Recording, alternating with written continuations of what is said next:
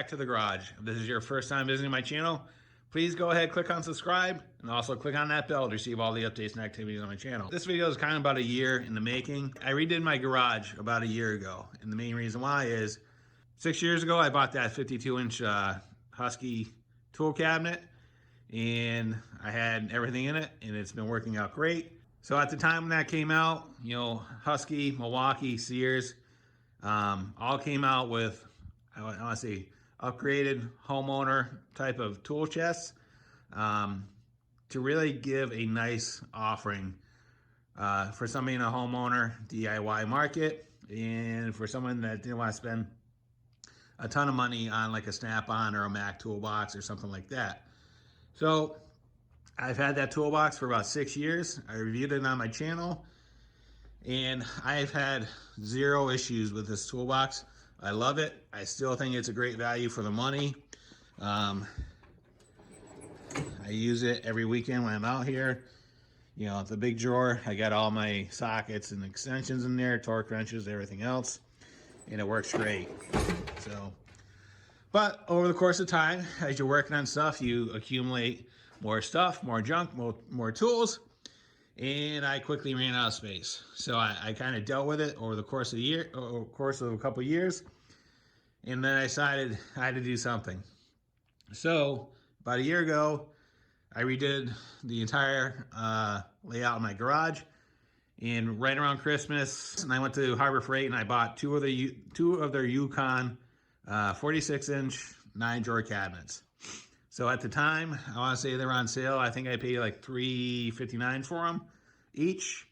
And then I set this up about a year ago, and I've been living with it for about a year. And kind of after a year, I want to share my thoughts about them. So what I've done is when I decided to redo this, I really wanted to kind of make it a clean, uniform look. And what I did is I built this platform to elevate them. And some may wonder why. And the main reason is this is a 24 by 24 garage that was built back in 1920 or 1930s or at some point. So it's a slab, and then we got the big sill sitting on the slab. So if we look, we have this rough area of the floor that's right next to the sill, and that rough part also exists all the way on the back, right? So if this was a normal type of slab with no rough spots or anything like that, and it was level, I would be able to leave them up on the wheels and set them up.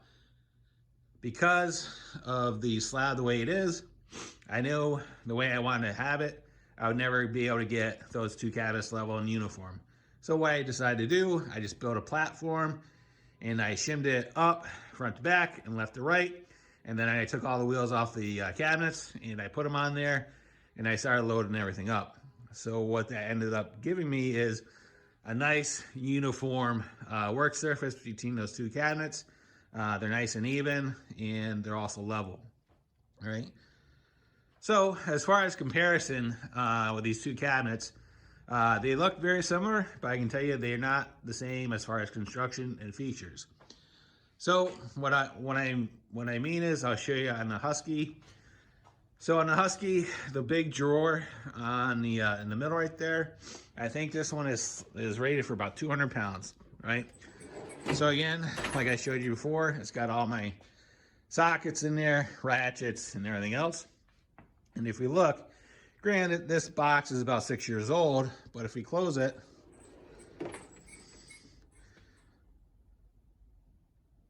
it closes, right?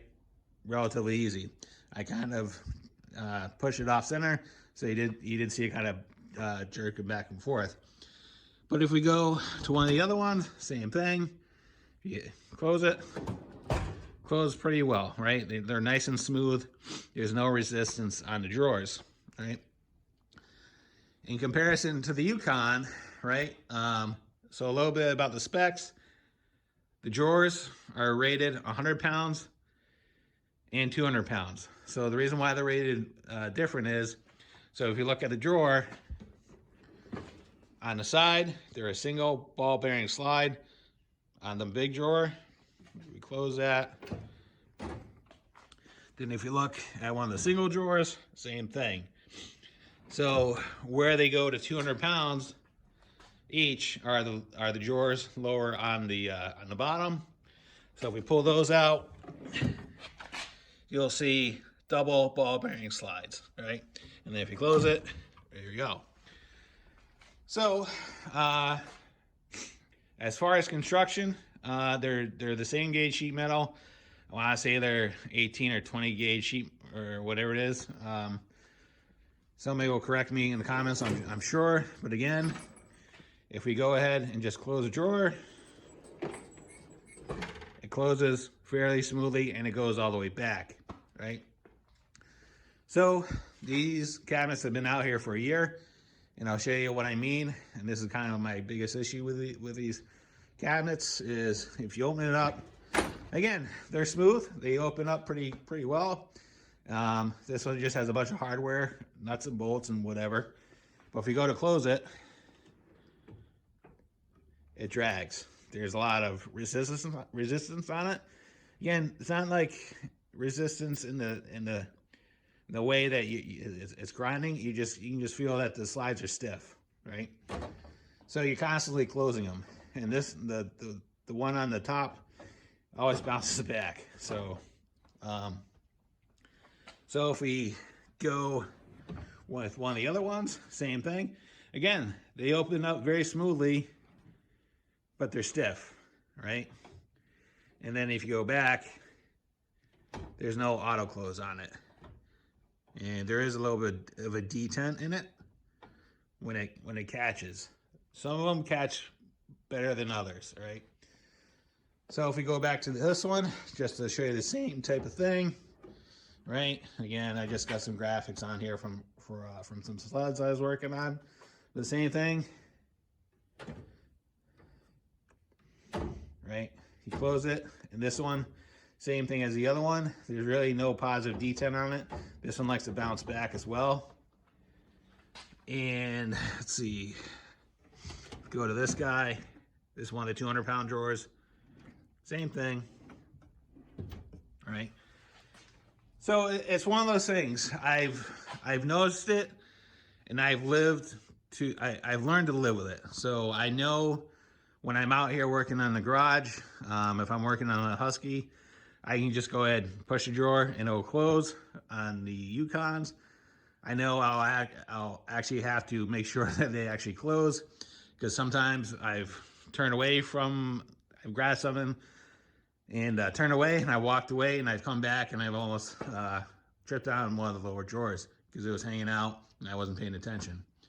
But again, for the price point, I think it's a good value. I think Husky makes a similar offering. I think it's around $420, $430. I'm not sure. Prices do fluctuate in the market right now.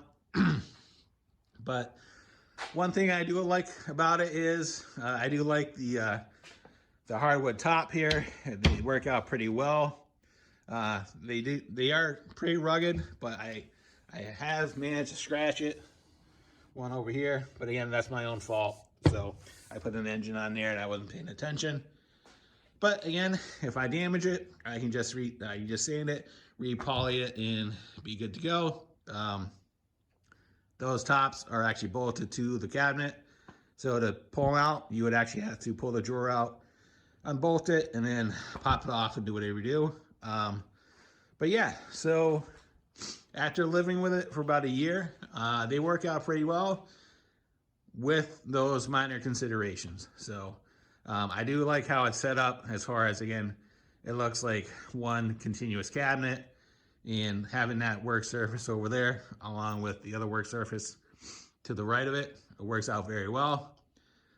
The only bad thing about this, as with most horizontal surfaces, it tends to collect junk, and this is no different. I've been out here for a couple hours cleaning up the garage, putting stuff away because it just became a mess, right? All right. If there's any questions, comments, thoughts, concerns, go ahead and leave them in the comments box. I'll get back to you as soon as I can.